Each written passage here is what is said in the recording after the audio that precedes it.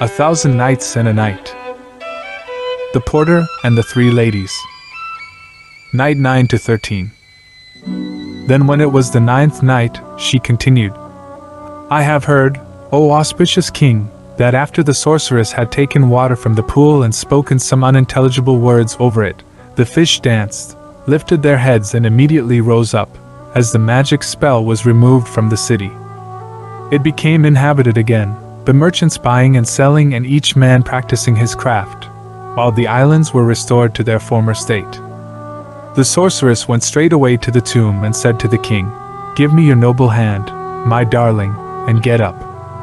In a low voice, the king replied, Come to me. When she did this, he, with the drawn sword in his hand, struck her in the breast as she clung on to him, so that it emerged gleaming from her back. With another blow he cut her in two, and threw the two halves on the ground. When he came out, he found the young man whom she had enchanted standing waiting for him, congratulating him on his escape, kissing his hand and thanking him. The king asked him whether he would prefer to stay in his own city, or to go with him to his. King of the age, said the young man, do you know how long a journey it is to your city? 2.5 days, replied the king. If you have been sleeping, said the young man, wake up. Between you and your city is a full year's worth of hard traveling. You only got here in 2.5 days because this place was under a spell. But I shall not part from you for the blink of an eye. The king was glad and said, Praise be to God, who has given you to me. You shall be my son, for all my life I have been granted no other. They embraced with great joy and then walked to the palace. Here the young man told his courtiers to make ready for a journey and to collect supplies and whatever was needed.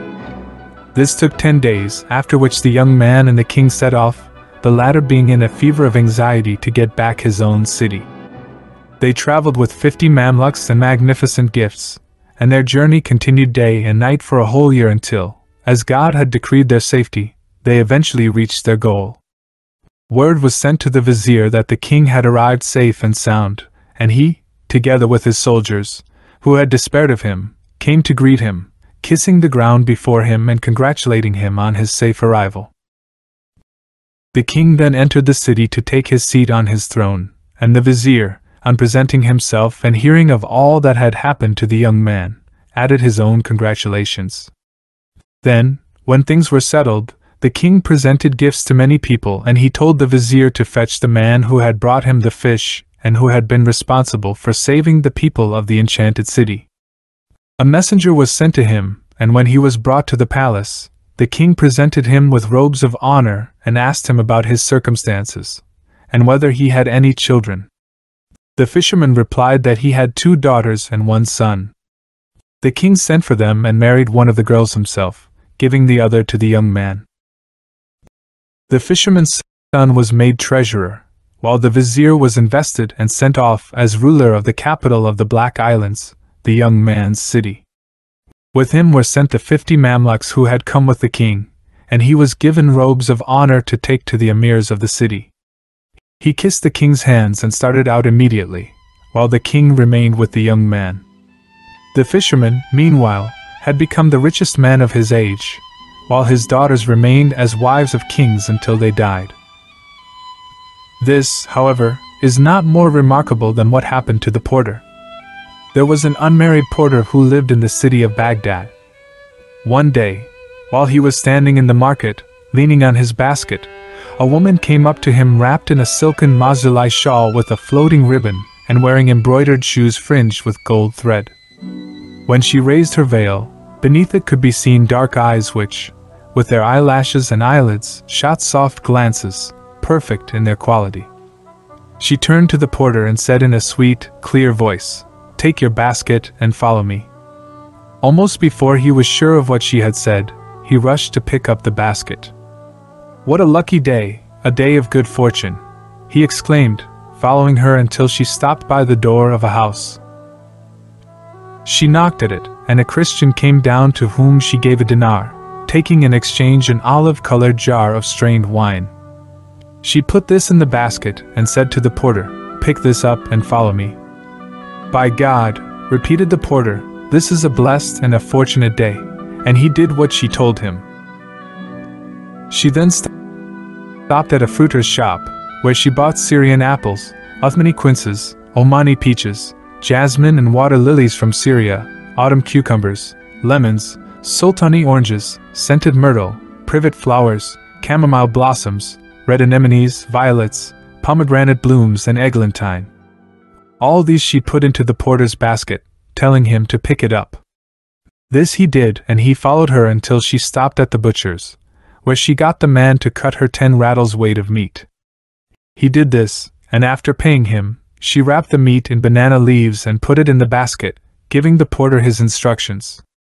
He picked up the basket and followed her to the grocer, from whom she bought pistachio kernels for making a dessert, tihama raisins and shelled almonds.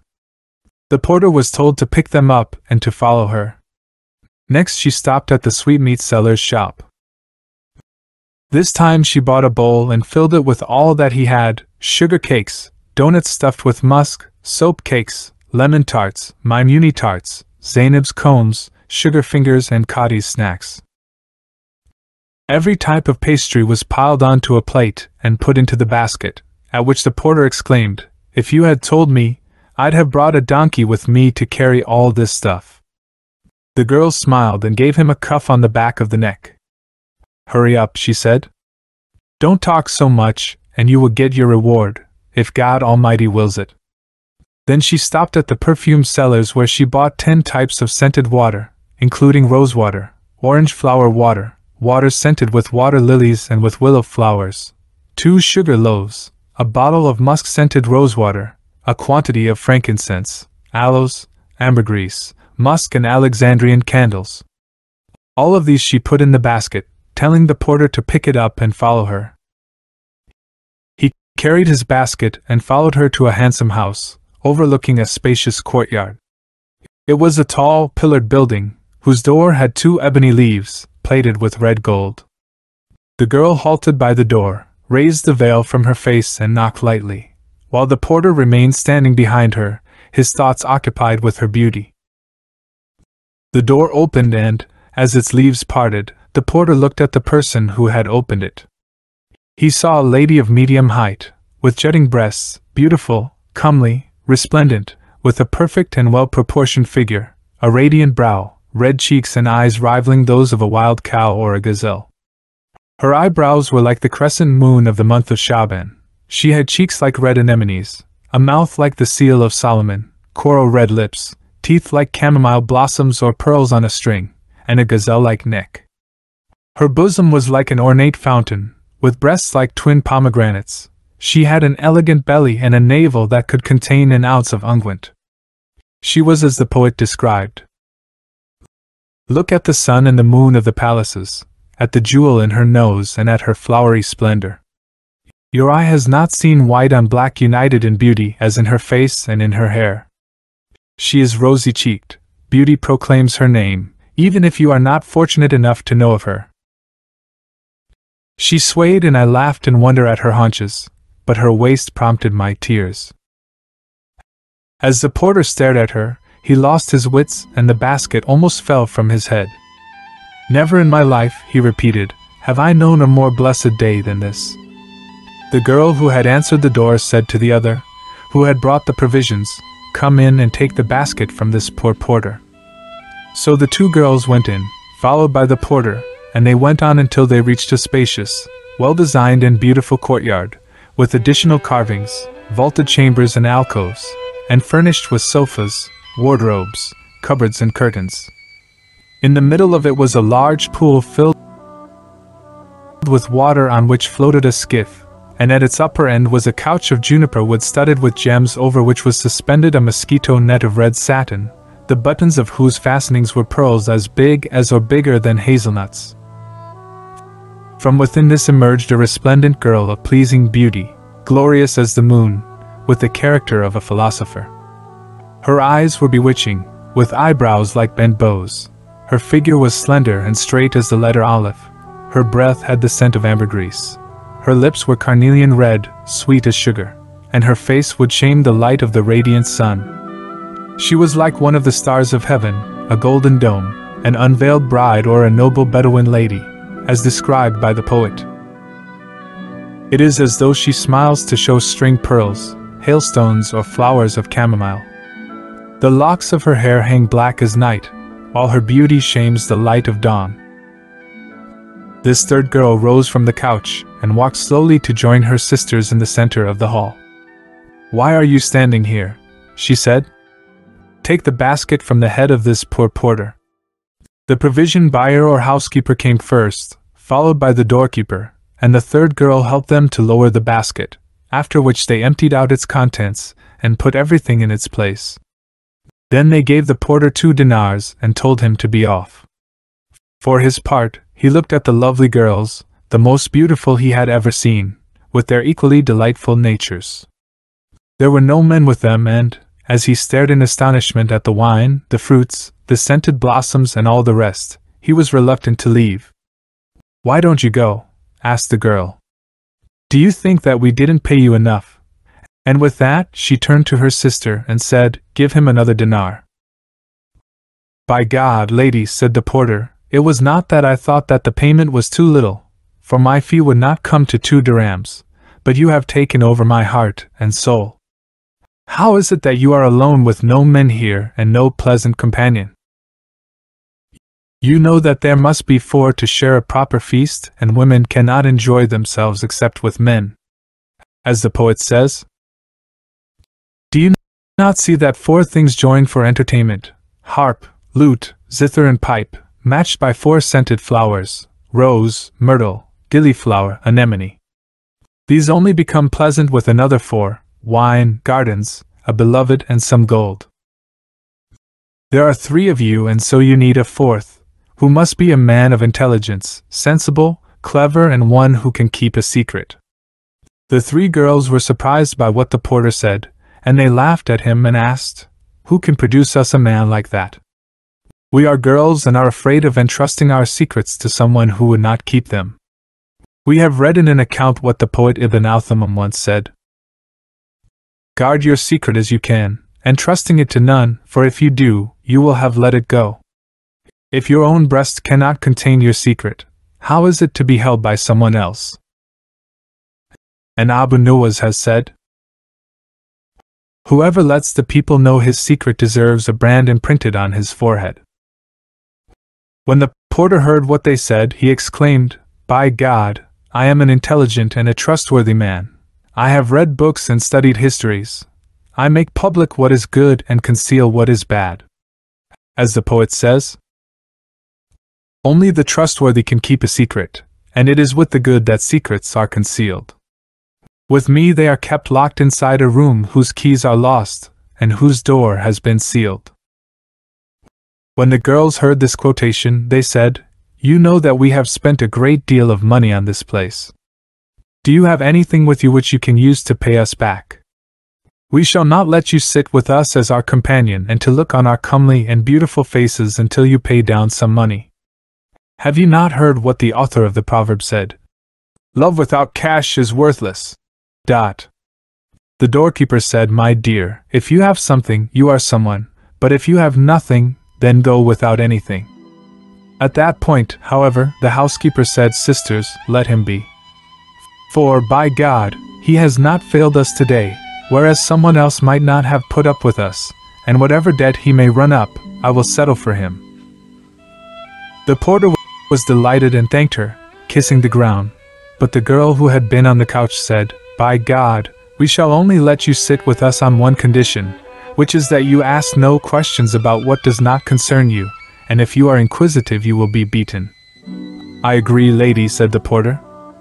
"I swear by my head and my eye, and here I am, a man with no tongue." The housekeeper then got up, tucked up her skirts, set out the wine bottles and strained the wine. She set green herbs beside the wine jar and brought everything that might be needed.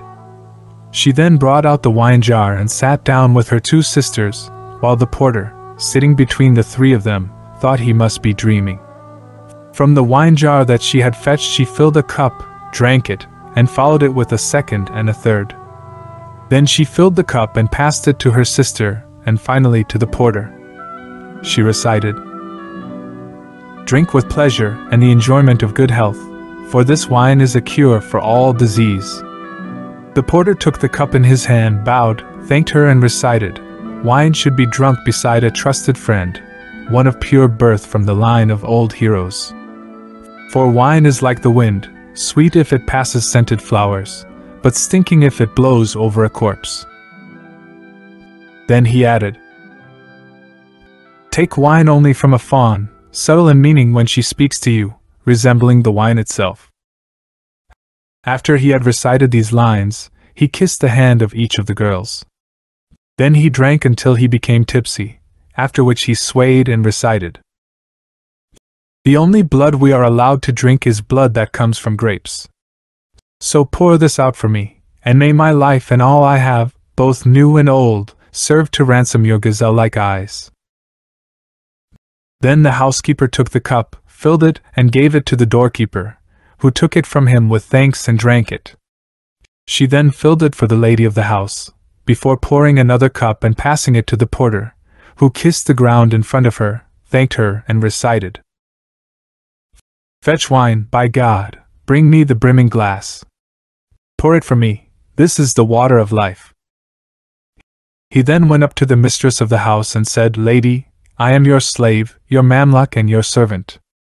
He recited, "By the door there stands a slave of yours, acknowledging your kindly charity. May he come in, fair one, to see your loveliness. I swear by love itself I cannot leave." She replied, "Enjoy yourself, drink with pleasure, and the well-being that follows the path of health." He took the cup, kissed her hand and chanted, "I gave her old wine, colored like her cheeks, unmixed and gleaming like a fiery brand. She kissed it and said laughingly, 'How can you pour us people's cheeks?' I said, 'Drink, this comes from my tears, its redness is my blood, my breath has heated it within the glass.' She replied with the line, 'Companion, if you have wept blood for me, pour it obediently for me to drink.' She then took the cup, drank it and sat down with her sister. They continued to drink, with the porter seated between them, and as they drank, they danced, laughed and sang, reciting poems and lyrics. The porter began to play with them, kissing, biting, rubbing, feeling, touching and taking liberties. One of them would give him morsels to eat, another would cuff him and slap him, and the third would bring him scented flowers. With them he was enjoying the pleasantest of times, as though he was seated among the houris of paradise. They went on in this way until the wine had taken its effect on their heads and their brains. When it had got the upper hand of them, the doorkeeper stood up, stripped off her clothes until she was naked, and letting down her hair as a veil, she jumped into the pool. She sported in the water, ducking her head and then spitting out the water, after which she took some in her mouth and spat it over the porter. She washed her limbs and between her thighs, after which she came out from the water and threw herself down on his lap. "My master, my darling, what is the name of this?" she said, pointing to her vagina. "Your womb," he replied. "Oh," she said. "Have you no shame?" And she seized him by the neck and started to cuff him. "Your vagina," he said, and she cuffed him again on the back of his neck, saying, "Oh, oh, how disgusting. Aren't you ashamed?" "Your vulva," he replied. "Do you feel no shame for your honor?" And she struck him a blow with her hand. "Your hornet," he said, at which the lady of the house pounced on him and beat him, saying, "Don't speak like that." With every new name that he produced, the girls beat him more and more, until the back of his neck had almost dissolved under their slaps. They were laughing among themselves, until he asked, "What do you call it then?" "The Mint of the Dykes," replied the doorkeeper. "Thank God, I am safe now," said the porter. "Good for you, Mint of the Dykes." Then the wine was passed round again, and the housekeeper got up, took off her clothes and threw herself on to the porter's lap. "What is this called, light of my eyes?" she asked, pointing at her private parts. "Your vagina," he said. "Oh, how dirty of you!" she exclaimed, and she struck him a blow that resounded around the hall, adding, "Oh, oh, have you no shame?" The mint of the dikes, he said, but blows and slaps still rained on the back of his neck. He tried another 4 names, but the girls kept on saying, "No, no. The mint of the dikes," he repeated, and they laughed so much that they fell over backwards.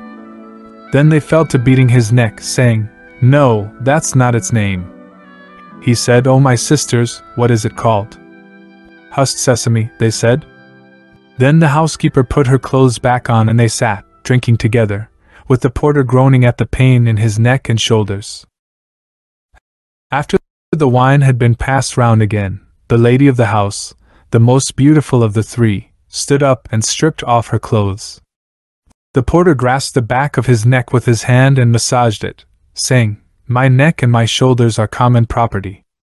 When the girl was naked, she jumped into the pool, dived under water, played around and washed herself. To the porter in her nakedness she looked like a sliver of the moon, with a face like the full moon when it rises or the dawn when it breaks. He looked at her figure, her breasts and her heavy buttocks as they swayed, while she was naked as her Lord had created her. "Oh, oh," he said, and he recited, "If I compare your figure to a sappy branch, I load my heart with wrongs and with injustice.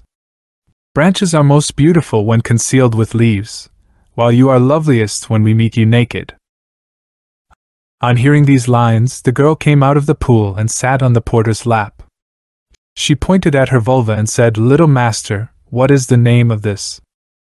"The mint of the dikes," he replied, and when she exclaimed in disgust, he tried the husked sesame. "Bah," she said. "Your womb," he suggested. "Oh, oh. Aren't you ashamed?" And she slapped the back of his neck. Whatever name he produced, she slapped him, saying, "No, no," until he asked, "Sisters, what is it called?" "The Khan of Abu Mansur," they replied. "Praise God that I have reached safety at last," he said. "Ho for the Khan of Abu Mansur." The girl got up and put on her clothes and they all went back to what they had been doing. For a time the wine circulated among them and the porter then got up, undressed, and went into the pool. The girls looked at him swimming in the water and washing under his beard and beneath his armpits, as they had done. Then he came out and threw himself into the lap of the lady of the house, with his arms in the lap of the doorkeeper, and his feet and legs in the lap of the girl who had bought the provisions. Then he pointed to his penis and said, "Ladies, what is the name of this?" They all laughed at this until they fell over backwards. "Your zub," one of them suggested. "No," he said, and he bit each of them. "Your air," they said, but he repeated no, and embraced each of them. Morning now dawned and Shahrazad broke off from what she had been allowed to say. Then, when it was the 10th night, her sister Dunyazad said, "Finish your story." "With pleasure," she replied, and she continued. "I have heard, O fortunate king, that the girls produced 3 names for the porter, while he kissed, bit and embraced them until he was satisfied. They went on laughing until they said, 'What is its name then, brother? Don't you know?' 'No, this is the mule that breaks barriers, browses on the mint of the dikes, eats the husked sesame, and that passes the night in the Khan of Abu Mansur.'" The girls laughed until they fell over backwards and then they continued with their drinking party, carrying on until nightfall. At this point, they told the porter that it was time for him to get up, put on his gaiters and go. "Show us the width of your shoulders." "By God," said the porter, "if the breath of life were to leave me, it would be easier for me to bear than having to part from you. Let me link night with day, and in the morning we can all go our separate ways." The girl who had bought the provisions pleaded with the others, "Let him sleep here so that we can laugh at him. Who knows whether in all our lives we shall meet someone else like him, both wanton and witty." They then said, "You can only spend the night with us on condition that you accept our authority, and that you don't ask about anything you see or the reason for it." The porter agreed to this, and they then told him, "Get up and read what is written over the door." He went to the door, and there he found written above it in gold leaf, "Whoever talks about what does not concern him will hear what will not please him." "I call you to witness," he said, "that I shall not talk about what is no concern of mine." The housekeeper got up and prepared a meal for them, which they ate, and then they lit candles and lamps, dipping ambergris and aloes into the candles. They sat drinking and talking of past loves, after having reset the table with fresh fruits and more wine. They continued for a time, eating, drinking, carousing together over their dessert, laughing and teasing each other, when suddenly there was a knock on the door. This did not disrupt the party, however, and one of the girls went by herself to the door and returned to report, "Our happiness is complete tonight." "How is that?" the others asked. She told them, "At the door are 3 Persian dervishes, with shaven chins, heads and eyebrows. By a very remarkable coincidence, each of them has lost his left eye. They have only just arrived after a journey. They are showing the signs of travel, and this is the first time that they have been to our city, Baghdad. They knocked on our door because they couldn't find a lodging for the night, and they had said to themselves, 'Perhaps the owner of this house would give us the key to a stable or to a hut in which we could pass the night.' For they had been caught out by nightfall, and being strangers, they had no acquaintance who might give them shelter, and sisters, each of them is of a ludicrous appearance." She continued to persuade and cajole until the others agreed to let the Persians come in on condition that they would not talk about what did not concern them lest they hear what would not please them. The girl went off joyfully and came back with the 3 one-eyed men, with shaven beards and mustaches. They spoke words of greeting, bowed and hung back. The girls got up to welcome them and, after congratulating them on their safe arrival, told them to be seated. What the visitors saw was a pleasant and clean room, furnished with greenery, where there were lighted candles, incense rising into the air, dessert, fruits and wine, together with 3 virgin girls. "This is good, by God," they all agreed. Then they turned to the porter and found him cheerfully tired out and drunk. They thought, on seeing him, that he must be one of their own kind and said, "This is a dervish like us, either a foreigner or an Arab." Hearing this, the porter glowered at them and said, "Sit down and don't be inquisitive. Didn't you read what is written over the door? It is not for poor men who arrive like you to let loose your tongues at us." The newcomers apologized submissively, and the girls laughed and made peace between them and the porter, after which food was produced for the new arrivals, which they ate. They then sat drinking together, with the doorkeeper pouring the wine and the wine cups circulating among them. The porter then asked the visitors whether they had some story or anecdote to tell. Heated by wine, they, in their turn, asked for musical instruments, and were brought a tambourine, a lute and a Persian harp by the doorkeeper. They then got up and tuned the instruments, after which each one took one of them, struck a note, and began to sing. The girls added a shrill accompaniment, and the noise rose. Then, while this was going on, there was a knock at the door, and the doorkeeper got up to see what was going on. The reason for this knocking was that the Caliph Harun al-Rashid was in the habit of going around disguised as a merchant, and he had come down from his palace that night on an excursion to listen to the latest news, accompanied by his vizier, Ja'far, and Masrur, his executioner. On his way through the city, he and his companions had happened to pass that house, where they heard music and singing. He had said to Ja'far, "I want to go in here so that we may listen to these voices and see their owners." Ja'far had replied, "Commander of the faithful, these people are drunk and I am afraid that they may do us some harm." The Caliph had then said, "I must enter and I want you to think of some scheme to get us in." "To hear is to obey," Ja'far had replied, before going up and knocking on the door. When it was opened by the doorkeeper, Ja'far advanced and kissed the ground. "Lady," he said, "we are traders from Tiberias who have been in Baghdad for 10 days.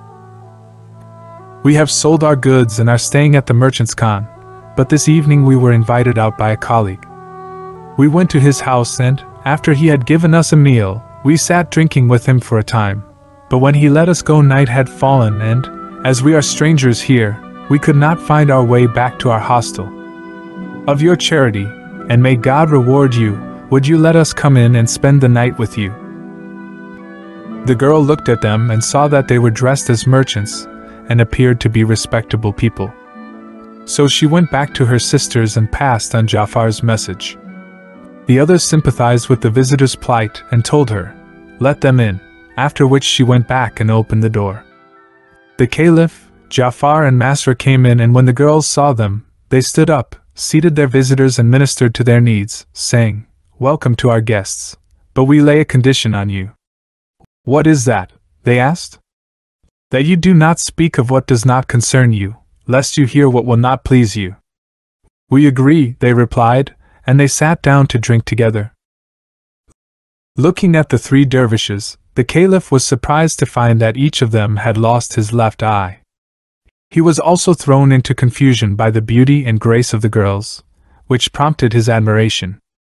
They began to drink together and to talk, but when the girls invited the Caliph to drink, he said, "I am proposing to go on the pilgrimage to Mecca." The doorkeeper then got up and brought him an embroidered tablecloth on which she set a china jar in which she poured willow flower water, adding some snow and a sugar lump. The Caliph thanked her and said to himself, "By God, I shall reward her tomorrow for the good that she has done me."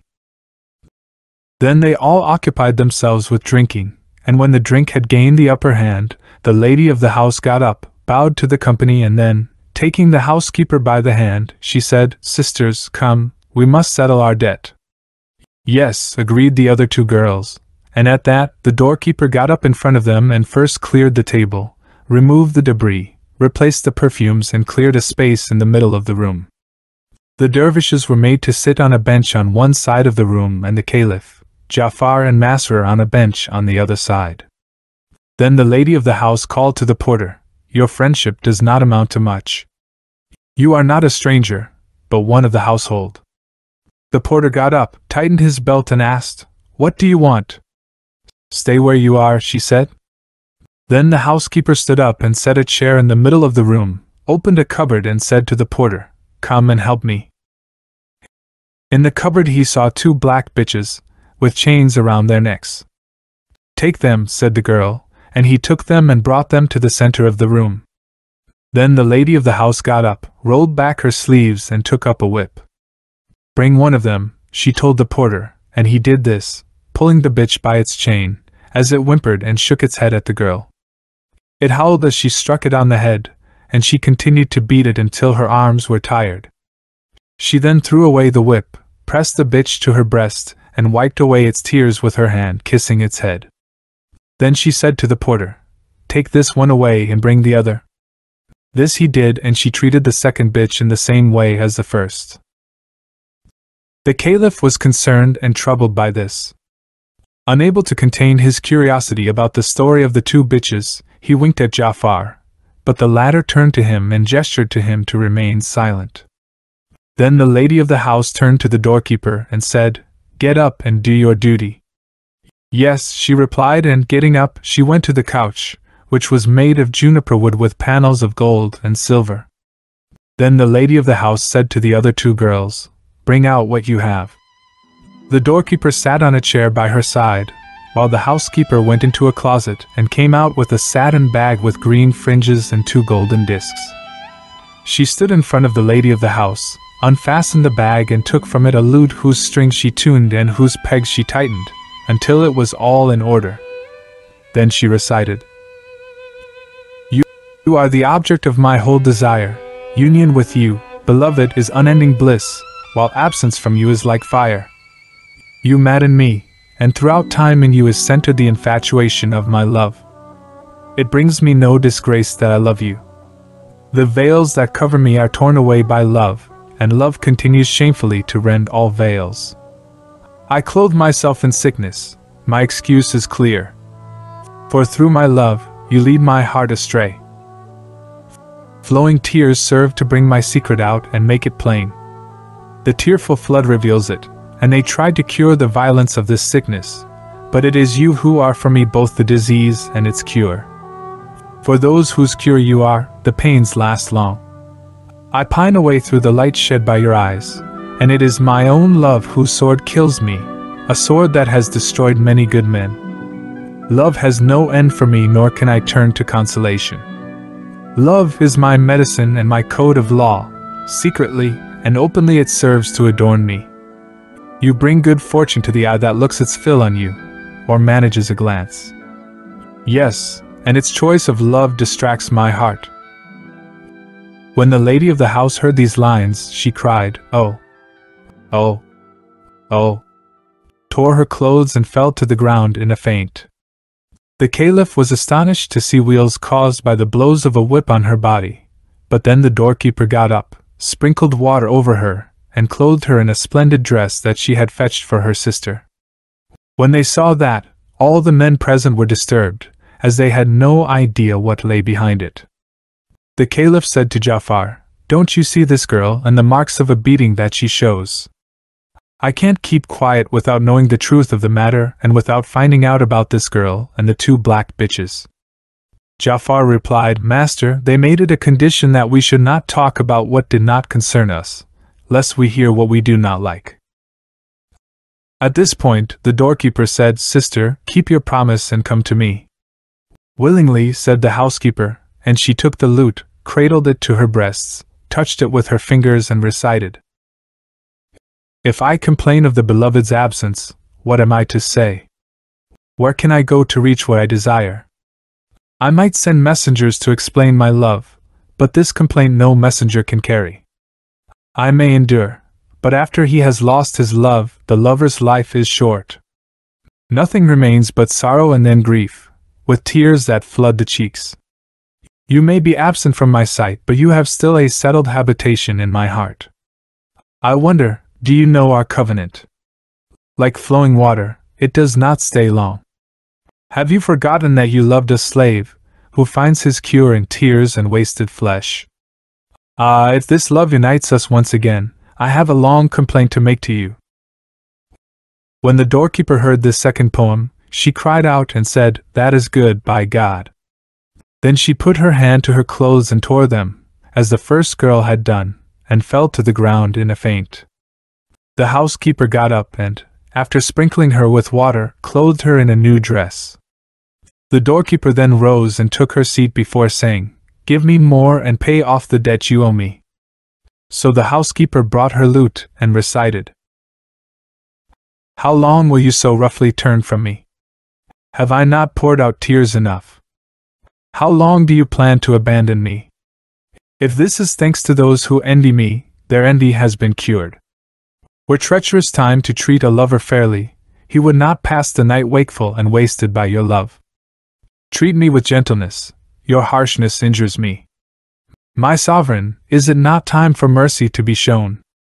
To whom shall I tell of my love, you who kill me? How disappointed are the hopes of the one who complains, when faithfulness is in such short supply. My passion for you and my tears increase, while the successive days you shun me are drawn out. Muslims, revenge the lovesick, sleepless man, the pasture of whose patience has scant grass. Does love's code permit you, you who are my desire, to keep me at a distance while another one is honored by your union? What delight or ease can the lover find through nearness to his love, who tries to see that he is weighted down by care?" When the doorkeeper heard this poem, she put her hand on her dress and ripped it down to the bottom. She then fell fainting to the ground, showing marks of a beating. The dervishes said, "It would have been better to have slept on a dunghill rather than to have come into this house, where our stay has been clouded by something that cuts at the heart." "Why is that?" asked the Caliph, turning to them. "This affair has distressed us," they replied. "Do you not belong to this household?" he asked. "No," they replied. "We have never seen the place before." The Caliph was surprised and said, gesturing at the porter, "This man with you may know about them." When they asked him, however, he said, "By Almighty God, love makes us all equal. I have grown up in Baghdad, but this is the only time in my life that I ever entered this house, and how I came to be here with these girls is a remarkable story." The others said, "By God, we thought that you were one of them, but now we see that you are like us." The Caliph then pointed out, "We are 7 men and they are 3 women. There is no fourth. So ask them about themselves, and if they don't reply willingly, we will force them to do so." Everyone agreed except for Ja'far, who said, "Let them be. We are their guests, and they made a condition which we accepted, as you know. It would be best to let the matter rest, for there is only a little of the night left, and we can then go on our ways." He winked at the Caliph and added, "There is only an hour left, and tomorrow we can summon them to your court and ask for their story." The Caliph raised his head and shouted angrily, "I cannot bear to wait to hear about them. Let the dervishes question them." "I don't agree," said Ja'far, and the two of them discussed and argued about who should ask the questions until they both agreed that it should be the porter. The lady of the house asked what the noise was about, and the porter got up and said to her, "My lady, these people would like you to tell them the story of the two bitches and how you come to beat them, and then to weep and kiss them. They also want to know about your sister, and why she has been beaten with rods like a man. These are their questions to you. Is it true what he says about you?" The lady of the house asked the guests, and all of them said yes, except for Ja'far, who stayed silent. When the lady heard this, she told them, "By God, you have done us a great wrong. We started by making it a condition that if any of you talked about what did not concern him, he would hear what would not please him. Wasn't it enough for you that we took you into our house and shared our food with you? But the fault is not so much yours as that of the one who brought you into us." Then she rolled her sleeve back above the wrist and struck the floor 3 times, saying, "Hurry." At this, the door of a closet opened and out came 7 black slaves, with drawn swords in their hands. "Tie up these men who talk too much," she said, "and bind them one to the other." This the slaves did, after which they said, "Lady, give us the order to cut off their heads." She replied, "Let them have some time so that I may ask them about their circumstances before their heads are cut off." "God save me," said the porter. "Don't kill me, lady, for someone else's fault. All the rest have done wrong and have committed a fault except me. By God, it would have been a pleasant night had we been saved from these dervishes who entered a prosperous city and then ruined it." He recited, "How good it is when a powerful man forgives, particularly when those forgiven have no helper. By the sanctity of the love we share, do not spoil what came first by what then follows it." When the porter had finished reciting these lines, the girl laughed. Morning now dawned and Shahrazad broke off from what she had been allowed to say. Then, when it was the 11th night, she continued, "I have heard, O auspicious king, that the girl laughed in spite of her anger. She then went up to the men and said, 'Tell me about yourselves, for you have no more than 1 hour to live, and were you not people of rank, leaders or governors among your peoples, you would not have been so daring.' 'Damn you, Ja'far,' the Caliph said. 'Tell her about us or else we shall be killed by mistake, and speak softly to her before we become victims of misfortune.' 'That is part of what you deserve,' replied Ja'far, but the Caliph shouted at him, 'There is a time for joking, but now is when we must be serious.' The lady then went to the dervishes and asked them whether they were brothers. 'No, by God,' they said, 'we are only fakirs and foreigners.' She next asked one of them whether he had been born one-eyed. 'No, by God,' he said, 'but I have a strange and wonderful story about the loss of my eye, which, were it written with needles on the inner corners of the eyeballs, would serve as a warning to those who take heed.' The second and the third dervish, when asked, made the same reply, and they then said, 'By God, lady, each of us comes from a different country and each is the son of a king and is a ruler over lands and subjects.' She turned to them and said, 'Each of you is to tell his story and explain why he came here, and he can then touch his forelock and go on his way.' The first to come forward was the porter, who said, 'Lady, I am a porter, and this girl, who bought you your provisions, told me to carry them from the wine cellar to the fruiter, from the fruiter to the butcher, from the butcher to the grocer, from the grocer to the sweetmeat seller and the perfumer, and then here. You know what happened to me with you. This is my story, and that's all there is.' The girl laughed and said, 'Touch your forelock and go.' 'By God,' he said, 'I am not going to leave until I have heard the stories of my companions.' The first dervish then came forward and said, 'Lady, know that the reason why my chin is shaven and my eye has been plucked out is that my father was a king, who had a brother, also a king, who reigned in another city. His son and I were born on the same day. Years later, when we had grown up, I had got into the habit of visiting my uncle every so often, and I would stay with him for some months. My cousin treated me with the greatest generosity, and would kill sheep for me and pour out wine that he strained for me. Once, when we were sitting drinking and were both under the influence of the wine, he said to me, "Cousin, there is something that I need from you. Please don't refuse to do what I want." "I shall obey you with pleasure," I said. After binding me with the most solemn of oaths, he got up straight away and left for a short while. Back he came then with a lady, veiled, perfumed and wearing the most expensive of clothes, who stood behind him as he turned to me and said, "Take this woman and go ahead of me to such and such a cemetery, a place that I recognized from his description. Take her to the burial enclosure and wait for me there." Because of the oath that I had sworn, I could not disobey him or refuse his request, and so I went off with the woman, and we both went into the enclosure. While we were sitting there, my cousin arrived with a bowl of water, a bag containing plaster, and a carpenter's axe. Taking this axe, he went to a tomb in the middle of the enclosure and started to open it up, moving its stones to one side. Then he used the axe to prod about in the soil of the tomb until he uncovered an iron cover the size of a small door. He raised this, revealing beneath it a vaulted staircase. Turning to the woman, he said, "Now you can do what you have chosen to do," at which she went down the stairs. My cousin then looked at me and said, "In order to complete the favor that you are doing me, when I go down there myself, I ask you to put back the cover and to replace the soil on top of it as it was before. Use the mortar that is in this bag and the water in the bowl to make a paste, and coat the circle of the stones in the enclosure so that it looks as it did before, without anyone being able to say, 'The inner part is old but there is a new opening here.' I have been working on this for a full year, and no one but God knows what I have been doing. This is what I need from you." He then took his leave of me, wishing me well, and went down the stairs.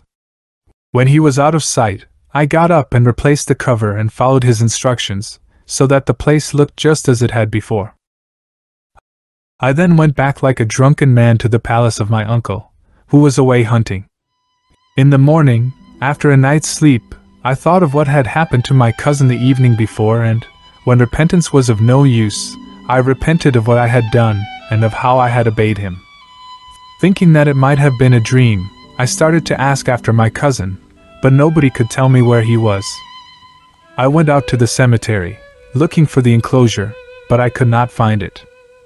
I kept on going round enclosure after enclosure and grave after grave until nightfall, but I still failed in my search. I returned to the palace, but I could neither eat nor drink, for my thoughts were taken up with my cousin, as I did not know how he was, and I was intensely distressed. I passed the troubled night until morning came, when I went for a second time to the cemetery, thinking over what my cousin had done and regretting that I had listened to him. I went round all the enclosures, but to my regret, I still could not find the right one or recognize the grave. For 7 days I went on with my fruitless quest, and my misgivings increased until I was almost driven mad. The only relief I could find was to leave and go back to my father, but as soon as I reached the gate of his city, I was attacked by a group of men who tied me up. I was astonished, seeing that I was the son of the city's ruler, and they were my father's servants, and in my alarm I said to myself, "What can have happened to my father?" I asked my captors why they were doing this. At first they did not answer, but after a time one of them, who had been a servant of mine, said, "Your father has fallen victim to the treachery of time. The army conspired against him, and he was killed by the vizier, who has taken his place. It was on his orders that we were watching out for you." I was stunned by what I heard about my father and fearful because I had a long-standing quarrel with the vizier, before whom my captors now brought me. I had been passionately fond of shooting with a pellet bow, and the quarrel arose from this. One day when I was standing on the roof of my palace, a bird settled on the roof of the palace of the vizier. I intended to shoot it, but the pellet missed and, as had been decreed by fate, it struck out the eye of the vizier. This was like the proverb expressed in the old lines. We walked with a pace that was decreed for us, and this is how those under fate's control must walk. A man destined to die in a certain land will not find death in any other. When the vizier lost his eye, he could not say anything because my father was the king of the city, and this was why he was my enemy. When I now stood before him with my hands tied, he ordered my head to be cut off. For what crime do you kill me? I asked. What crime is greater than this? He replied, pointing to his missing eye. I did that by accident, I protested. If you did it by accident, he replied, I am doing this deliberately. Then he said, bring him forward. The guards brought me up in front of him, and sticking his finger into my right eye, the vizier plucked it out, leaving me from that time on one-eyed, as you can see. Then he had me tied up and put in a box, telling the executioner, take charge of him, draw your sword, and when you have brought him outside the city, kill him and let the birds and beasts eat him. The executioner took me out of the city to the middle of the desert, and then he removed me from the box, bound as I was, hand and foot. He was about to bandage my eyes before going on to kill me, but I wept so bitterly that I moved him to tears. Then, looking at him, I recited, I thought of you as a strong coat of mail to guard me from the arrows of my foes, but you are now the arrowhead. I pinned my hopes on you in all calamities when my right hand could no longer aid my left. Leave aside what censurers say, and let my enemies shoot their darts at me. If you do not protect me from my foes, at least your silence neither hurts me nor helps them. There are also other lines. I thought my brothers were a coat of mail. They were, but this was for the enemy. I thought of them as deadly shafts. They were, but their points pierced my heart. The executioner had been in my father's service, and I had done him favors, so when he heard these lines, he said, Master, what can I do? I am a slave under command. But then he added, keep your life, but don't come back to this land or else you will be killed and you will destroy me, together with yourself. As one of the poets has said, if you should meet injustice, save your life and let the house lament its builder. You can replace the country that you leave, but there is no replacement for your life. I wonder at those who live humiliated when God's earth is so wide. Send out no messenger on any grave affair, for only you yourself will give you good advice. The necks of lions would not be so thick were others present to look after them. I kissed his hands, scarcely believing that I had escaped death, in comparison with which I found the loss of my eye insignificant. So I traveled to my uncle's city and, after presenting myself to him, I told him what had happened to my father, as well as how I had come to lose my eye. He burst into tears and said, You have added to my cares and my sorrows. For your cousin disappeared days ago, and I don't know what has happened to him, nor can anyone bring me news. He continued to weep until he fainted, and I was bitterly sorry for him. He then wanted to apply some medicaments to my eye, but when he saw that it was like an empty walnut shell, he said, Better to lose your eye, my boy, than to lose your life. At that, I could no longer stay silent about the affair of my cousin, his son, and so I told him all that had happened. When he heard my news, he was delighted and told me to come and show him the enclosure. By God, uncle, I said, I don't know where it is.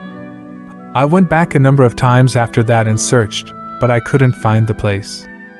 Then, however, he and I went to the cemetery and, after looking right and left, to our great joy I recognized the place.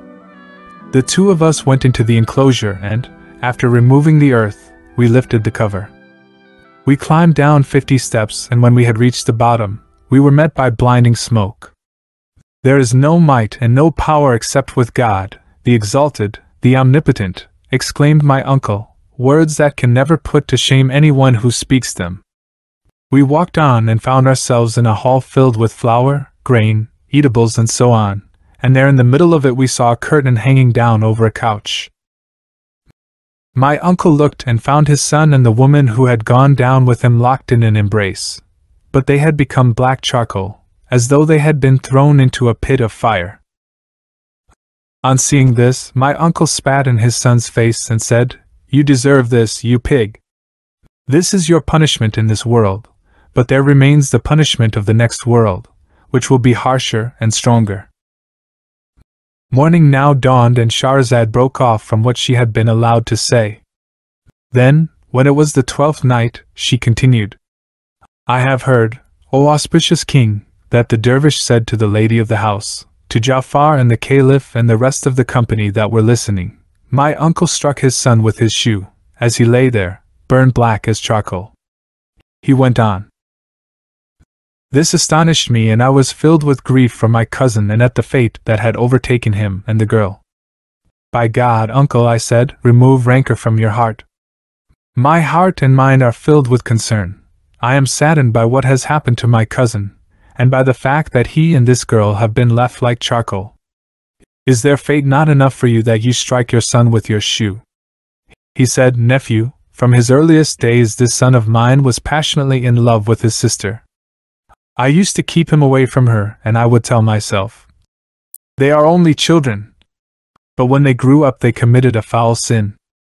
I heard of this, and although I did not believe it, I seized him and reproached him bitterly, saying, "Beware of doing what no one has done before you or will do after you, and which will remain as a source of disgrace and disparagement among the kings until the end of time, as the news is carried by the caravans. Take care not to act like this, or else I shall be angry with you and kill you." I kept him away from her and kept her from him. But the damned girl was deeply in love with him, and Satan got the upper hand and made their actions seem good to them. When my son saw that I was keeping him from his sister, he constructed this underground chamber, set it in order and provisioned it, as you see. Then, taking me unawares when I had gone out hunting, he came here, but the righteous God was jealous of them and consumed them both with fire, while their punishment in the next world will be harsher and stronger.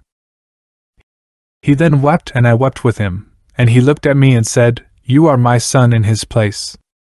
I thought for a time about this world and its happenings, and of how my father had been killed by his vizier, who had then taken his place and who had plucked out my eye, and I thought of the strange fate of my cousin. I wept, and my uncle wept with me. Then we climbed back up and replaced the cover and the earth, and restored the tomb as it had been, after which we returned to the palace. Before we had sat down, however, we heard the noise of drums, kettledrums and trumpets, the clatter of lances, the shouting of men, the clink of bridles and the neighing of horses. The sky was darkened by sand and dust kicked up by horses' hooves, and we were bewildered, not knowing what had happened. When we asked, we were told that the vizier who had taken my father's kingdom had fitted out his troops, collected men, hired Bedouin, and come with an army like the sands that could not be numbered and which no one could withstand. They had made a surprise attack on the city, which had proved unable to resist, and which had surrendered to them. After this, my uncle was killed, and I fled to the edge of the city, saying to myself, "If I fall into this man's hands, he will kill me." Fresh sorrows were piled on me. I remembered what had happened to my father and to my uncle, and I wondered what to do, for if I showed myself, the townspeople and my father's men would recognize me and I would be killed. The only way of escape that I could find was to shave off my beard and my mustache, which I did, and after that I changed my clothes and went out of the city. I then came here, hoping that someone might take me to the commander of the faithful, the caliph of the Lord of creation, so that I might talk to him and tell him the story of what had happened to me.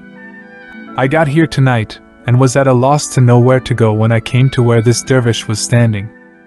I greeted him and told him that I was a stranger, at which he said, "I too am a stranger." While we were talking, our third companion here came up to us, greeted us, introducing himself as a stranger, to which we made the same reply. We then walked on as darkness fell and fate led us to you. This is the story of why my beard and mustache have been shaved, and of how I lost my eye. The lady said, "Touch your forelock and go." "Not before I hear someone else's tale," the man replied. The others wondered at his story, and the caliph said to Ja'far, "By God, I have never seen or heard the like of what has happened to this dervish." The second dervish then came forward and kissed the ground. He said, "Lady, I was not born one-eyed, and my story is a marvelous one which, were it written with needles on the inner corners of the eyes of men, would serve as a warning to those who take heed. I was a king, the son of a king. I studied the 7 readings of the Quran. I read books and discussed them with men of learning. I studied astronomy, poetry, and all other branches of knowledge until I surpassed all the people of my time, while my calligraphy was unrivaled. My fame spread through all lands and among all kings. So it was that the king of India heard of me, and he sent a messenger to my father, together with gifts and presents suitable for royalty, to ask for me.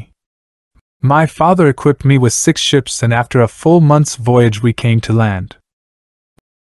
We unloaded the horses that we had taken on board with us, and we loaded 10 camels with presents. But we had only traveled a short way when suddenly we saw a dust cloud which rose and spread until it filled the sky.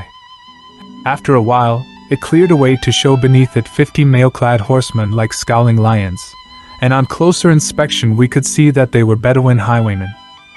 When they saw our small numbers, and that we had 10 camels laden with gifts for the king of India, they rushed at us with leveled lances.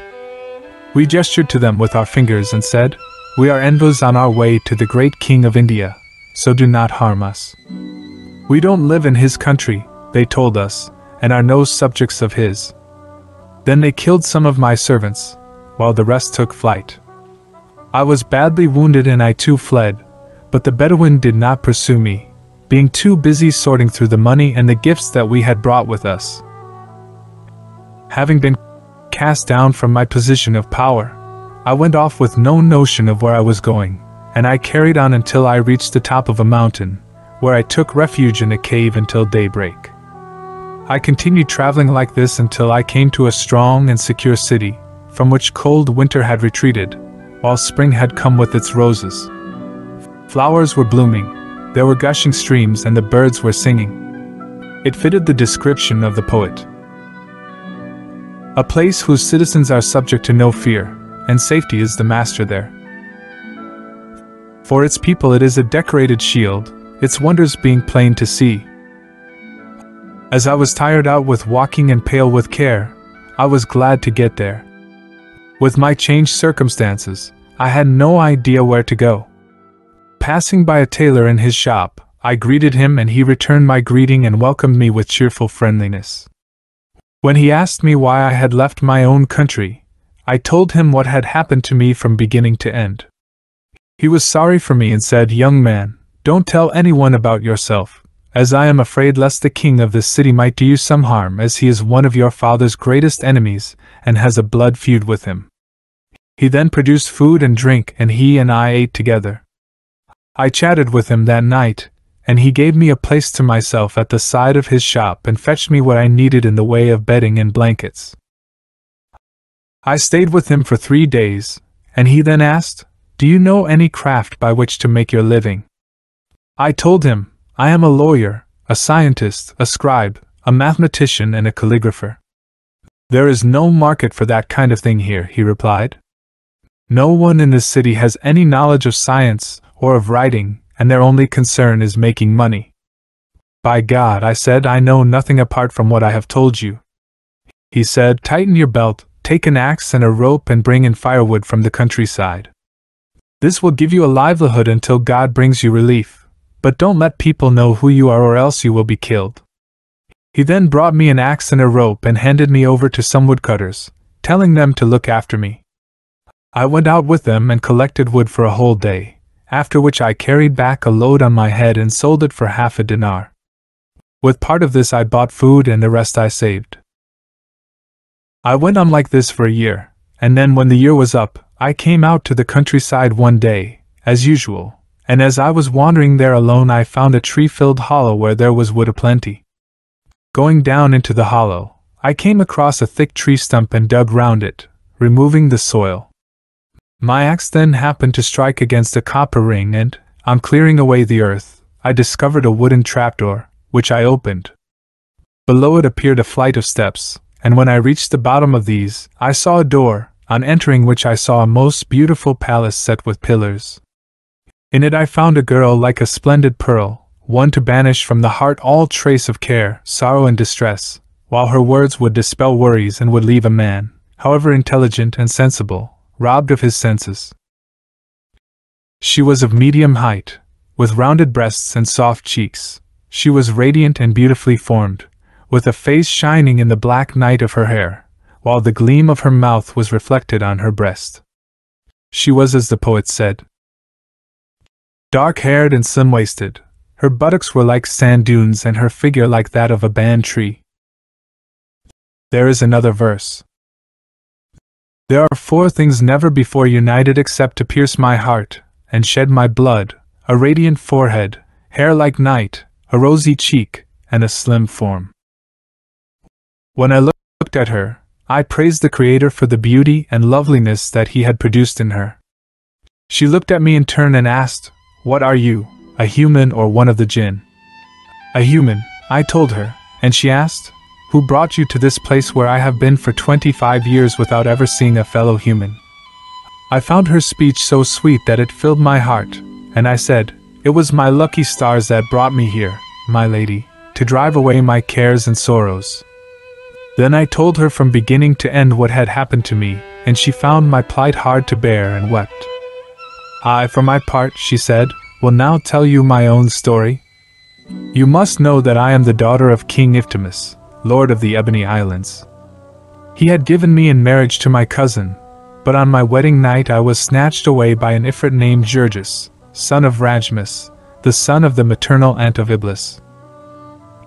He flew off with me and brought me down into this place, where he fetched everything that was needed: clothes, ornaments, fabrics, furniture, food, drink, and everything else. He comes once every 10 days, sleeps here for the night, and then goes on his way, as he took me without the permission of his own people. He has promised me that if I need anything night or day, and if I touch with my hand these 2 lines inscribed on the inside of this dome, before I take my hand away he shall appear before me. Today is the 4th day since he was here, and so there are 6 left until he comes again. Would you like to stay with me for 5 days, and you can then leave one day before he returns?" "Yes," I replied. "How splendid it is when dreams come true." This made her glad, and rising to her feet, she took me by the hand and led me through an arched door to a fine, elegant bath. When I saw this, I took off my clothes and she took off hers. After bathing, she stepped out and sat on a bench with me by her side. Then she poured me out wine flavored with musk and brought food. We ate and talked until she said, "Sleep, rest, for you are tired." Forgetting all my troubles, I thanked her and fell asleep. When I woke, I found her massaging my feet. "God bless you," I said, and we sat there talking for a time. "By God," she said, "I was unhappy, living by myself under the ground, with no one to talk to me for 25 years. Praise be to God, who has sent you to me." Then she asked me whether I would like some wine, and when I said yes, she went to a cupboard and produced old wine in a sealed flask. She then set out some green branches, took the wine and recited, "Had I known you were coming, I would have spread my heart's blood o'er the pupils of my eyes. My cheeks would have been a carpet when we met, so that you could have walked over my eyelids." When she had finished these lines, I thanked her. Love of her had taken possession of my heart, and my cares and sorrows were gone. We sat drinking together until nightfall, and I then passed with her a night the like of which I had never known in my life. When morning came, we were still joining delights to delights, and this went on until midday. I was so drunk that I had lost my senses, and I got up, swaying right and left, and I said, "Get up, my beauty, and I will bring you out from under the earth and free you from this Ifrit." She laughed and said, "Be content with what you have and stay silent. Out of every 10 days he will have 1, and 9 will be for you." But drunkenness had got the better of me, and I said, "I shall now smash the dome with the inscription, 'Let him come, so that I may kill him, for I am accustomed to killing Ifrits.'" On hearing this, she turned pale and exclaimed, "By God, don't do it." Then she recited, If there is something that will destroy you, protect yourself from it. She added more lines. You look for separation, but rein in the horse that seeks to head the field. Patience, for times nature is treacherous, and at the end companions part. She finished her poem, but, paying no attention to her words of warning, I aimed a violent kick at the dome. Morning now dawned and Shahrazad broke off from what she had been allowed to say. Then, when it was the 13th night, she continued, I have heard, O auspicious king, that the second dervish said to the lady of the house. As soon as I had delivered my violent kick, it grew dark, there was thunder and lightning, the earth shook and everything went black. My head cleared immediately and I asked the girl, what has happened? The Ifrit has come, she said. Didn't I warn you? By God, you have brought harm on me, but save yourself and escape by the way that you came. I was so terrified that I forgot my shoes and my axe. Then, when I had climbed up 2 steps, I turned to look back and I caught sight of a cleft appearing in the earth from which emerged a hideous Ifrit. Why did you disturb me? He asked the girl, and what has happened to you? Nothing has happened to me, she said, but I was feeling depressed and I wanted to cheer myself by having a drink. So I drank a little, and then I was about to relieve myself, but my head was heavy and I fell against the dome. Whore, you are lying, said the Ifrit, and he looked through the palace, right and left, and caught sight of the shoes and the axe.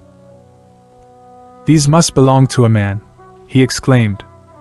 Who was it who came to you? I have only just seen these things, she said. You must have brought them with you. Nonsense, that doesn't deceive me, you harlot, he cried. Then he stripped her naked and stretched her out, fastening her to 4 pegs. He started to beat her to force her to confess, and as I could not bear to listen to her weeping, I climbed up the staircase, trembling with fear, and when I got to the top I put the trapdoor back in its place and covered it with earth. I bitterly repented what I had done, and I remembered how beautiful the girl was and how this damned Ifrit was torturing her, how she had been there for 25 years and what had happened to her because of me. I also thought about my father and his kingdom, and how I had become a woodcutter, and how my cloudless days had darkened. I then recited, If one day time afflicts you with disaster, ease and hardship come each in turn. I walked away and returned to my friend the tailor, whom I found waiting for me in a fever of anxiety. My heart was with you all last night, he said, and I was afraid lest you had fallen victim to a wild beast or something else. But praise be to God that you are safe. I thanked him for his concern and entered my own quarters, where I started to think over what had happened to me, blaming myself for the impulsiveness that had led me to kick the dome. While I was thinking this over, the tailor came in to tell me that outside there was a Persian sheikh looking for me, who had with him my axe and my shoes. He had taken them to the woodcutters and had told them that, at the call of the muezzin, he had gone out to perform the dawn prayer, and had found the shoes when he had got back. As he did not know whose they were, he asked about their owner. The woodcutters recognized your axe, said the tailor, and so told him where you were. He is sitting in my shop and you should go to thank him and take back your axe and your shoes. On hearing these words, I turned pale and became distraught. While I was in this state, the floor of my room split open and from it emerged the Persian, who turned out to be none other than the Ifrit. In spite of the severest of tortures that he had inflicted on the girl, she had made no confession. He had then taken the axe and the shoes and had told her, As certainly as I am Jurgis of the seed of Iblis, I will fetch the owner of this axe and these shoes. He then went with his story to the woodcutters, after which he came on to me. Without pausing, he snatched me up and flew off with me into the air, and before I knew what was happening he came down and plunged under the earth. He took me to the palace where I had been before and my eyes brimmed with tears as I saw the girl, staked out naked with the blood pouring from her sides. The Ifrit took hold of her and said, Whore, is this your lover? She looked at me and said, I don't recognize him and I have never seen him before. In spite of this punishment, "Are you not going to confess?" he asked. She insisted. "I have never seen this man in my life, and God's law does not allow me to tell lies against him." "If you don't know him," said the Ifrit, "then take this sword and cut off his head." She took the sword, came to me and stood by my head. I gestured to her with my eyebrows, while tears ran down my cheeks. She understood my gesture and replied with one of her own, as if to say, "You have done all this to us." I made a sign to say, "Now is the time for forgiveness," and inwardly I was reciting. My glance expresses the words that are on my tongue, and my love reveals what is concealed within. We met as the tears were falling. Though I was silent, my eyes spoke of you. She gestured and I understood the meaning in her eyes. I signed to her with my fingers and she understood. Our eyebrows settled the affair between us, and we kept silence, but love spoke. When I had finished the poem, the girl threw down the sword and said, "How can I cut off the head of someone whom I do not know, and who has done me no harm? My religion does not allow this." Then she stepped back, and Ifrit said, "It is not easy for you to kill your lover, and because he spent a night with you, you endure this punishment, and do not admit what he did. Like feels pity for like." Then he turned to me and said, "Young man, I suppose that you too don't recognize her." I said, "Who is she? I have never seen her before." "Then take this sword," he said, "and cut off her head. By this, I shall be sure that you don't know her at all, and I shall then allow you to go free without doing you any harm." "Yes," I said, and taking the sword I advanced eagerly and raised my hand, but the girl gestured to me with her eyebrows. "I did not fail you. Is this the way that you repay me?" I understood her meaning and signed to her with my eyes, "I shall ransom you with my life," and it was as though our inner tongues were reciting. How many a lover has used his eyes to tell his loved one of the secret that he kept, with a glance that said, "I know what happened." How beautiful is the glance! How elegant the expressive eye! The one writes with his eyelids, the other recites with the pupil of the eye. My eyes filled with tears and I threw away the sword and said, "O powerful Ifrit, great hero, if a woman, defective as she is in understanding and in religious faith, thinks that it is not lawful to cut off my head, how can it be lawful for me to cut off hers when I have not seen her before? I shall never do that even if I have to drain the cup of death." The Ifrit said, "The two of you know how to pay each other back for favors, but I shall show you the consequence of what you have done." Then he took the sword and cut off one of the girl's hands, after which he cut off the other. With 4 blows he cut off her hands and her feet, as I watched, convinced that I was going to die, while she took farewell of me with her eyes. "You are whoring with your eyes," said the Ifrit, and he struck off her head. Then he turned to me and said, "Mortal, our code allows us to kill an unfaithful wife.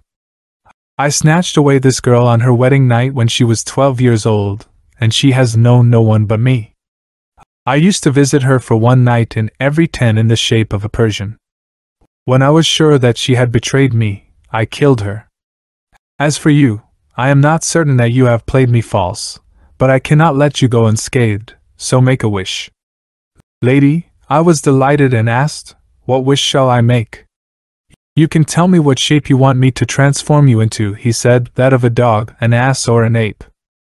I was hoping that he would forgive me, and so I said, "By God, if you forgive me, God will forgive you, because you have spared a Muslim who has done you no harm."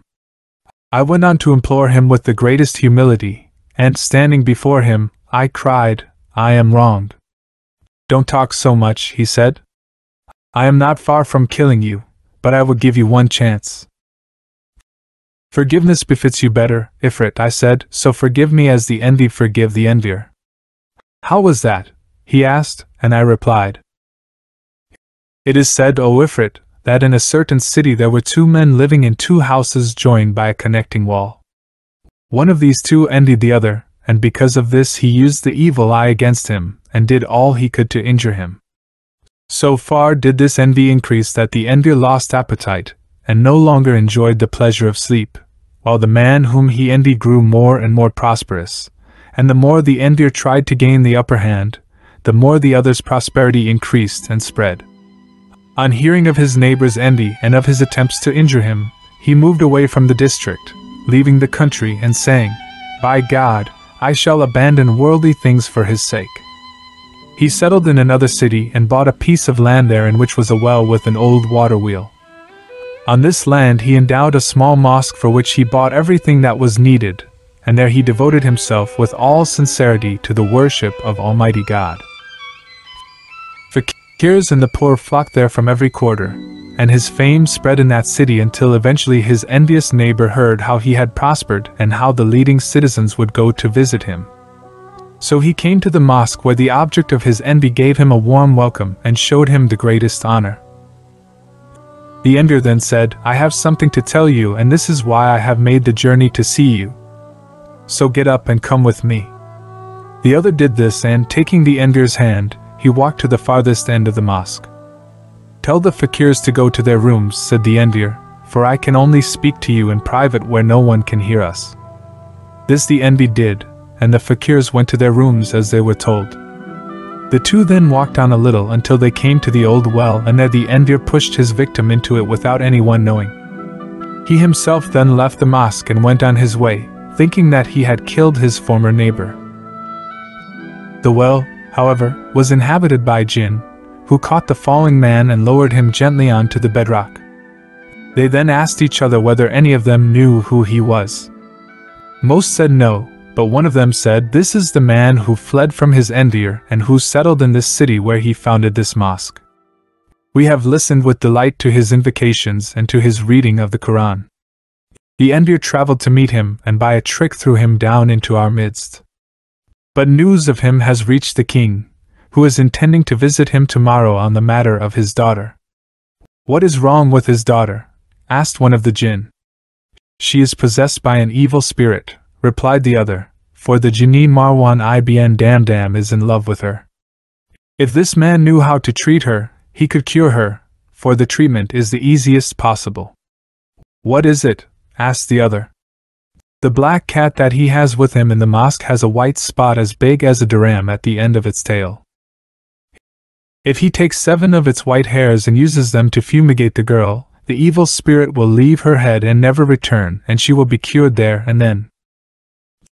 The man was listening to all this, and so it was that the next morning, when dawn broke and the fakirs came, they found the sheikh rising out of the well, and as a result he became a figure of awe to them. Since he had no other medicines, he took 7 hairs from the white spot at the end of the black cat's tail, and carried them away with him. The sun had scarcely risen when the king arrived with his escort, and his great officers of state.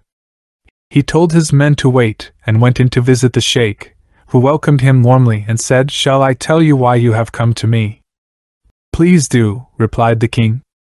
The man said, "You have come to visit me in order to ask me about your daughter." "That is true, good sheikh," the king agreed.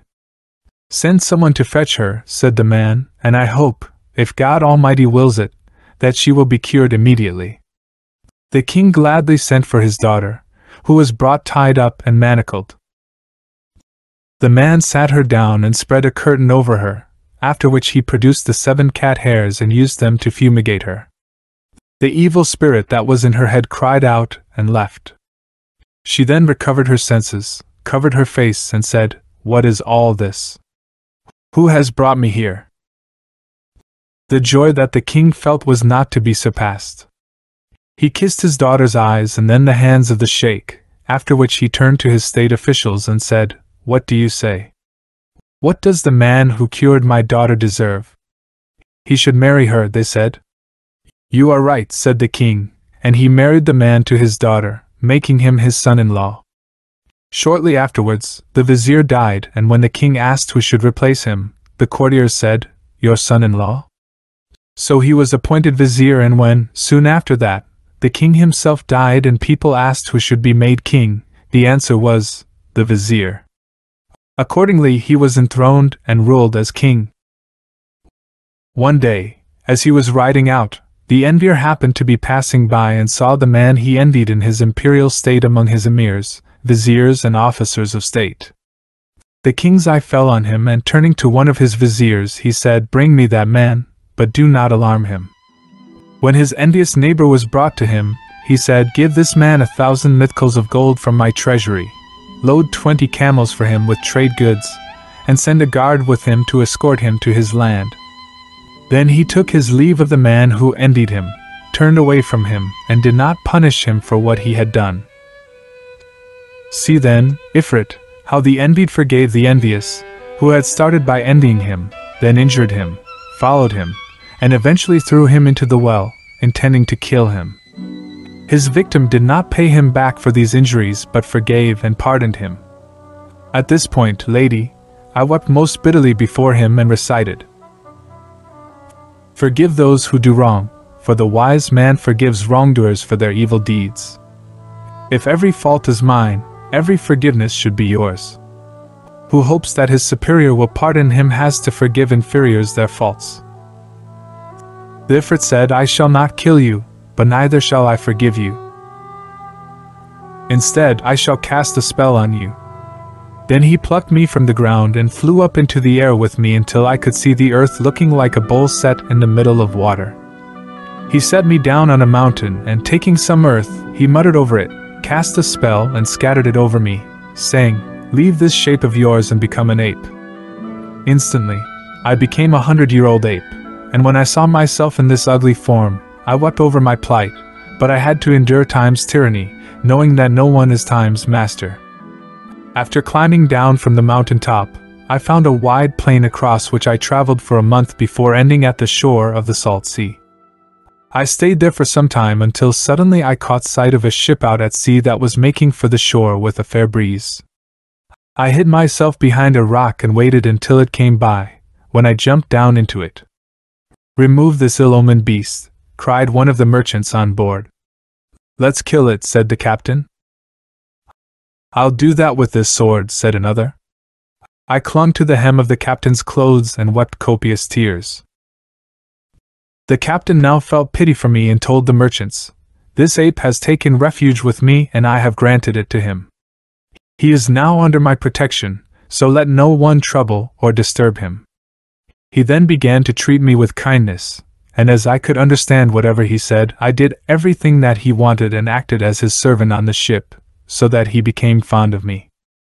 The ship had a fair wind for 50 days, after which we anchored by a large city, with a vast population. As soon as we had arrived and the ship had anchored, Mamluks sent by the local king came on board.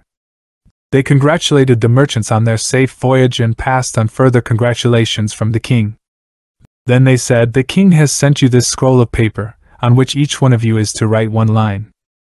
The king's vizier was a calligrapher, and as he is now dead, the king has taken the most solemn of oaths that he will only appoint as his successor someone who can write as well as he did. The merchants were then handed a scroll which was 10 cubits long, and 1 cubit in breadth. Every last one of them who knew how to write did so, and then I, in my ape's form, snatched the scroll from their hands. They were afraid that I was going to tear it, and they tried to stop me, but I gestured to them to tell them I could write, and the captain signaled to them to leave me alone. "If he makes a mess of it," he said, "we can drive him away, but if he can write well, I shall take him as a son, for I have never seen a more intelligent ape." Then I took the pen, dipped it in the inkwell, and wrote in the Rukai script. "Time has recorded the excellence of the generous, but up till now your excellence has not been written down. May God not orphan all mankind of you, who are the mother and father of every excellence." Then I wrote in the Raihani script, "He has a pen that serves every land. Its benefits are shared by all mankind. The Nile cannot rival the loveliness that your 5 fingers extend to every part." Then in the Thulit script I wrote, "The writer perishes, but what he writes remains recorded for all time. Write only what you will be pleased to see when the day of resurrection comes." I then wrote in Nask, "When we were told you were about to leave, as time's misfortunes had decreed, we brought to the mouths of inkwells with the tongues of pens what we complained of in the pain of parting."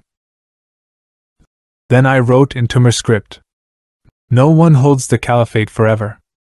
If you do not agree, where is the first caliph? So plant the shoots of virtuous deeds, and when you are deposed, no one will depose them. Then I wrote in Wahakak script. Open the inkwell of grandeur and of blessings. Make generosity and liberality your ink. When you are able, write down what is good. This will be taken as your lineage and that of your pen. I then handed over the scroll and, after everyone had written a line, it was taken and presented to the king. When he looked at it, mine was the only script of which he approved, and he said to his courtiers, Go to the one who wrote this, mount him on a mule and let a band play as you bring him here. Then dress him in splendid clothes and bring him to me. When they heard this, they smiled. The king was angry and exclaimed, Damn you! I give you an order and you laugh at me. There is a reason for our laughter, they said. What is it? He asked. You order us to bring you the writer, but the fact is that this was written by an ape and not a man, and he is with the captain of the ship, they told him. Is this true? He asked. Yes, your majesty, they said. The king was both amazed and delighted. He said, I want to buy this ape from the captain, and he sent a messenger to the ship, with a mule, a suit of clothes and the band. Dress him in these clothes, he said, mount him on the mule and bring him here in a procession. His men came to the ship, took me from the captain, dressed me and mounted me on the mule. The people were astonished, and the city was turned upside down because of me, as the citizens flocked to look at me. When I was brought before the king, I thrice kissed the ground before him, and when he told me to sit, I squatted on my haunches. Those present were astonished at my good manners, and the most astonished of all was the king. He then told the people to disperse, which they did, leaving me with him, his eunuch and a young Mamluk. At the king's command, a table was set for me on which was everything that frisks or flies or mates in nests, such as sandgrouse, quails, and all other species of birds. The king gestured to me that I should eat with him, so I got up, kissed the ground in front of him, and joined him in the meal. Then, when the tablecloth was removed, I washed my hands 7 times, took the inkwell and the pen, and wrote these lines. Turn aside with the chickens in the spring camp of the saucers, and weep for the loss of fritters and the partridges. Mourn the daughters of the sandgrouse, whom I do not cease to lament, together with fried chickens and the stew. Alas for the 2 sorts of fish served on a twisted loaf. How splendid and how tasty was the roasted meat, with fat that sank into the vinegar in the pots. Whenever hunger shakes me, I spend the night applying myself to a pie, as bracelets glint. I am reminded of this merry meal when I eat on tables strewn with various brocades. Endure, my soul, time is the Lord of wonders. One day is straitened, but the next may bring relief. I then got up and took my seat some way off. The king looked at what I had written and read it with astonishment. How marvelous! He exclaimed. An ape with such eloquence, and a master of calligraphy. By God, this is a wonder of wonders. Then some special wine was brought in a glass, which he drank before passing it to me. I kissed the ground, drank, and then wrote. They burned me with fire to make me speak, but found I could endure misfortune. For this reason, hands have lifted me, and I kissed the mouths of lovely girls. I added the lines. Dawn has called out to the darkness, so pour me wine that leaves the intelligent as a fool. It is so delicate and pure that I cannot tell whether it is in the glass or the glass is in it. When the king read the lines, he sighed and said, Were a man as cultured as this, he would surpass all the people of his age. He then brought out a chessboard and asked whether I would play with him. I nodded yes and came forward to set out the pieces. I played 2 games with him and beat him, to his bewilderment. Then I took the inkwell and the pen and wrote these lines on the chessboard. 2 armies fight throughout the day, the battle growing fiercer every hour, but when night's darkness covers them, both sleep together in one bed. On reading this, the king was moved to wonder, delight and astonishment, and told the servant, Go to your mistress, Sid al-Huzn, and tell her that I want her to come here to see this wonderful ape. The eunuch went off and came back with the lady. When she saw me, she covered her face and said, "Father, how can you think it proper to send for me in order to show me to men?" "Said Al-Hasan," he said, "there is no one here except for this little Mamluk, the eunuch who brought you up, and I, your father. So from whom are you veiling your face?" She said, "This ape is a young man, the son of a king, who has been put under a spell by the Ifrit Jurgis, of the stock of Iblis, who killed his own wife, the daughter of King Iftimus, the lord of the Ebony Islands. You think that he is an ape, but in fact he is a wise and intelligent man." The king was astonished by his daughter, and he looked at me and said, "Is what she says about you true?" I nodded yes and broke into tears. "How did you know that he was under a spell?" the king asked his daughter. "When I was young," she replied, "I had with me a cunning old woman who had a knowledge of magic, a craft she passed on to me. I remembered what she taught me and have become so skilled in magic that I know 170 spells, the least of which could leave the stones of your city behind Mount Kaf and turn it into a deep sea, with its people swimming as fish in the middle of it. By my life, daughter," said the king, "please free this young man so that I can make him my vizier, for he has wit and intelligence." "Willingly," she replied, and taking a knife in her hand, she cut out a circle. Morning now dawned and Shahrazad broke off from what she had been allowed to say.